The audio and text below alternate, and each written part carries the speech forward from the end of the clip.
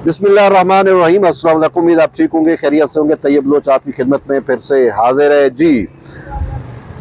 जैसा कि आपको इल्म है कि इस्लामाबाद में मुज़ाकरात की टेबल सज चुकी है। अमेरिका और ईरान की आला क़यादत इस्लामाबाद में पहुंच चुकी है।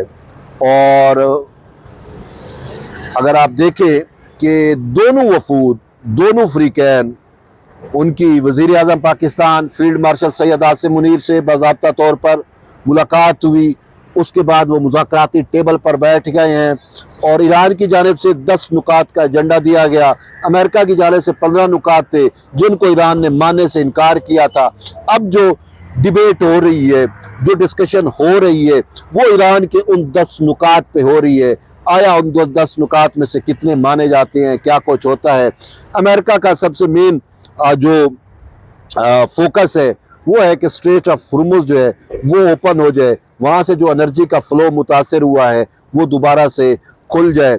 तो यूँ अब फ़रीक़ैन पे मुनहसर है कि वो इस पीस प्रोसेस को जो पाकिस्तान ने सजाया है, जो पाकिस्तान ने इन पार्टियों को, जो जंगी पार्टियां हैं, जो जंग में शामिल थी, इनको जो एक मौका प्रोवाइड किया है, जो अपॉर्चुनिटी दी है, उससे कितना फ़ायदा उठाते हैं। जमा खर्च पूरा करके चले जाते हैं या फिर कोई वो नतीजा निकालते हैं जिसका आप, मैं, दुनिया का हर आम शहरी मुंतज़िर है। दुनिया का हर शहरी चाहता है कि ये जंग ख़त्म हो, क्योंकि इस जंग ने जो है वो बरह रास्त मुझे, आपको, पूरी दुनिया के को जो है बरह रास्त मुतासर किया। एनर्जी का फ़्लो रुक गया। खलीजी ममालिक से खलीजी ममालिक से जो तेल पूरी दुनिया को जाता है, उस तेल की सप्लाई मुतासर हुई और उस वजह से जो है महंगाई बढ़ी, तेल की कीमतें बढ़ी। तभी दुनिया का हर आम शहरी ये चाहता है कि फिर से अमन आए, स्ट्रेट ऑफ हुर्मुज़ ओपन हो और ये जो महंगाई में आप, मैं सब पिस रहे हैं, इससे हमें छुटकारा मिले। और पाकिस्तान ने इस हवाले से अपना वो किरदार अदा किया जो शायद दुनिया में कोई और नहीं कर रहा था।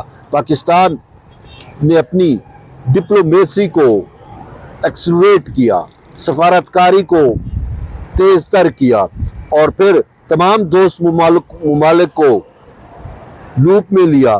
फिर अमेरिका और ईरान से बरह रास्त बात की, उनको कहा कि मैं मीडिएशन कराता हूँ, आप हमारे मेहमान हैं, आप आए, पाकिस्तान के साथ बैठे, पाकिस्तान में बैठे, इस्लामाबाद में बैठे, तो हम आपका मामला हल कराते हैं। और यूँ फिर पाकिस्तान ने जो मुज़ाकरात की टेबल सजाई, आज वो कारगर नज़र आ रही है। अमेरिकी वफद सुबह पहुंचा, ईरानी वफद रात गए पहुंचा और यूँ अब इस्लामाबाद में ये मुज़ाकराती टेबल सज चुकी है। पूरी दुनिया की तवज्जो इस्लामाबाद पे है। सारी दुनिया फोकस किए बैठी है कि इस्लामाबाद से क्या नतायज बरामद होते हैं, इस्लामाबाद से क्या रिज़ल्ट आता है। आप भी और मैं भी, फ़रीक़ैन तो बैठे हुए हैं, निगोसिएशन चल रही है, डिबेट्स चल रही है। अब काबिल कबूल हल क्या निकलता है, इसमें क्रेडिट जहां पाकिस्तान को जाता है, वहां ये भी आप देखें कि 1979 के बाद पहली दफ़ा बाज़ाब्ता तौर पर आला क़यादत, अमेरिका की और ईरान की आला क़यादत को पाकिस्तान ने एक जगह पे इकट्ठा किया, उनको एक जगह पे बिठाया, उनको कहा कि आप मामलात को हल करें। ये जंगों में कुछ नहीं रखा। दुनिया अमन चाहती है, दुनिया जंग की मुतहम्मिल नहीं हो सकती। और अगर आपने इसी तरीके से जंग जारी रखी तो फिर ये वर्ल्ड वार 3 में हम चले जाएंगे। और पाकिस्तान की इन्हीं काविशों को पूरी दुनिया जहाँ सराह रही है, वहाँ पर पाकिस्तान की अवाम पाकिस्तान के इस किरदार पर बेइंतहा खुश है।